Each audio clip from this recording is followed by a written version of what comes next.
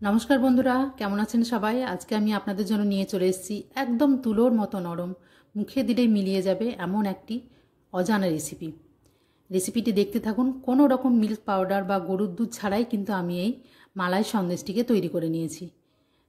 দেখেই বুঝতে পারছেন যে এটা কতটা সুন্দর তৈরি হয়েছে এবং খেতে একদম অসাধারণ সুস্বাদু। ওপরটা আমি একটু পেস্তা বাদাম দিয়ে সাজিয়ে নিয়েছি, আপনারা যে কোনো কুচি দিয়ে সাজিয়ে নিতে পারেন। তো চলুন রেসিপিটা আমি দেখে নিই। আর এটা দেখেই বুঝতে পাচ্ছেন এতটা নরম, একদম তুলোর মতো নরম, যেটা মুখে দিলেই মিলিয়ে যাবে। তো এখানে আমি নিয়ে নিয়েছি একটা নারকেলটা ফুল হয়ে গেছে, ফুলটাও কিন্তু খেতে খুব সুন্দর। এবার এই নারকেলটাকে আমি খুব ভালোভাবে একটু কুড়িয়ে নিয়েছি।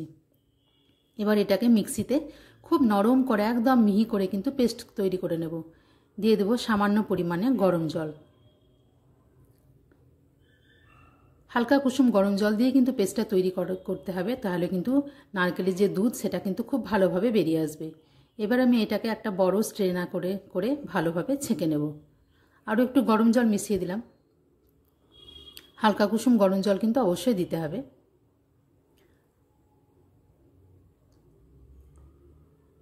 এটাকে খুব ভালোভাবে ছেঁকে নেব, এর যে সম্পূর্ণ দুধটা সেটা কিন্তু ছেঁকে নেব। মাত্র দুটো উপকরণ দিয়েই কিন্তু এই রেসিপিটি আজকে তৈরি হয়ে যাবে।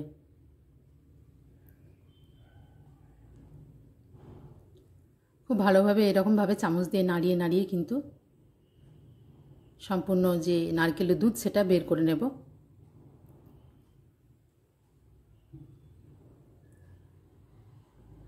এটাকে আমি আরও একবার গরম জল দিয়ে একটু ধুয়ে নেব, যেন সম্পূর্ণ এর মধ্যে যে মিল্কটা আছে সেটা যেন বেরিয়ে যায়। আবারও সামান্য কিছু পরিমাণ গরম জল দিয়ে এটাকে আবার স্ট্রেনার দিয়ে ছেঁকে নেব। আপনারা চাইলে এটা হাতের সাহায্যেও ছেঁকে নিতে পারেন। আমি একটু হাত দিয়ে চিপে চিপে নিয়েছি যেন দুধটা সম্পূর্ণ বেরিয়ে যায়। এদিকে আমার একদম তৈরি। এবার এখান থেকে খুব সামান্য পরিমাণে, 1 হাতা পরিমাণে একটা বাটিতে আমি কিন্তু এই দুধটা একটু সরিয়ে রাখবো। এদিকে গ্যাসের মধ্যে একটা কড়াই বসিয়ে দিয়েছি, সেই কড়াইয়ের মধ্যে এবার দুধটা ঢেলে দেবো। তার আগে কিন্তু আমি এখানে প্রায় 3 থেকে 4 চামচ মতো, আপনারা আপনাদের মিষ্টির পরিমাণটা হিসাব করে দেবেন, চিনি এখানে মিশিয়ে দেব। চিনিটাকে ভালো করে গুলে নেব।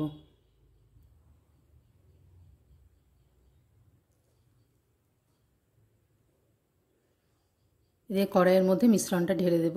তলায় চিনিগুলো জমে গেছে, চিনিগুলোকে ভালোভাবে নিয়ে নিতে হবে। এবার এটাকে হাই ফ্লেমে রেখে একদম খুব ভালোভাবে ফুটিয়ে নিতে হবে। যতটা পরিমাণ পারা যায় জলটা কিন্তু কম মেশাতে হবে। জলটা যখন অর্ধেক হয়ে যাবে, ফুটে ফুটে একদম ঘন হয়ে আসবে, ঠিক এই সময়ে আমি যে তুলে রেখেছিলাম যে দুধটা, সে দুধটা এখানে দিয়ে দেব। এই দুধটার মধ্যে আমি এবার এখানে কর্নফ্লাওয়ার নিয়ে নিয়েছি। 2 চামচ পরিমাণে কর্নফ্লাওয়ার দিয়ে খুব ভালোভাবে কিন্তু মিশিয়ে নিতে হবে, যেন কোনো রকম দলা না থাকে। একদম স্মুথভাবে মিশিয়ে নেব। মিশ্রণটা তৈরি হয়ে গেছে। এবার এই মিশ্রণটা কড়াইয়ের মধ্যে ঢেলে দেব। একদম লো আঁচে কিন্তু এই সময় নারকেলের দুধটাকে রাখতে হবে। আর দেয়া মাত্রই কিন্তু কড়াইটাকে, এবার মিশ্রণটাকে অনবরত নাড়তে হবে, নইলে কিন্তু এটা দলা পেকে যাবে। এদিকে দুধটাও ঘন হয়ে এসছে, আর কর্নফ্লাওয়ার দেওয়ার পরে এটা আরও ঘন হয়ে যাবে। এইভাবে অনবরত নাড়তে হবে, একটু যেন বন্ধ না করা হয়, নাহলে কিন্তু এটা একদম দলা পেকে যাবে। কন্টিনিউয়াসলি এভাবে নাড়তে হবে, মাত্র কয়েক সেকেন্ড নাড়লে কিন্তু রেসিপিটি তৈরি হয়ে যাবে। যখন এইভাবে চলে আসবে, একটু ঘন হয়ে এভাবে পড়তে থাকবে খুন্তি থেকে, তখন কিন্তু আমি গ্যাসটা অফ করে দেব। এইভাবে একটা বাটির মধ্যে কিন্তু সম্পূর্ণ পরিমাণে আমি ঢেলে নেব। এটাকে এবার রুম টেম্পারেচারে খুব ভালোভাবে ঠান্ডা করে নিতে হবে। যখন ঠান্ডা হয়ে যাবে, ওপরটা ভালো করে ট্যাপ করে এটাকে সম্পূর্ণ সেট হবার জন্য ফ্রিজে রেখে দিতে হবে 2 থেকে 3 ঘন্টা মতো। রেসিপিটি খুব চটজলদি তৈরি হয়ে যায়। আপনারা এই রেসিপিটি অবশ্যই একবার বানিয়ে দেখবেন, এবং আমার এই রেসিপিটি যদি আপনাদের ভালো লাগে প্লিজ চ্যানেলটিকে সাবস্ক্রাইব করবেন, লাইক শেয়ার কমেন্ট করবেন। এদিকে আমার 2-3 থেকে 3 ঘন্টা রেখে দেওয়ার পরে ফ্রিজে কিন্তু সম্পূর্ণ সেট হয়ে গেছে।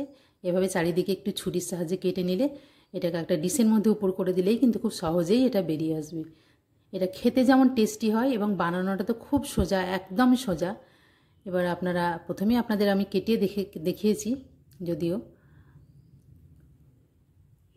কাটা দেখে এটা বুঝতে পারছেন যে একদম নরম, তুলতুলে নরম, এবং এটা ঠান্ডা ঠান্ডা খেতেই কিন্তু ভীষণ ভালো লাগে। ফ্রিজ থেকে বার করে আপনারা একটু ঠান্ডা করে নিয়েই খাবেন, এবং রেসিপিটি সত্যিই অসাধারণ। বাড়িতে একবার অবশ্যই ট্রাই করে দেখবেন।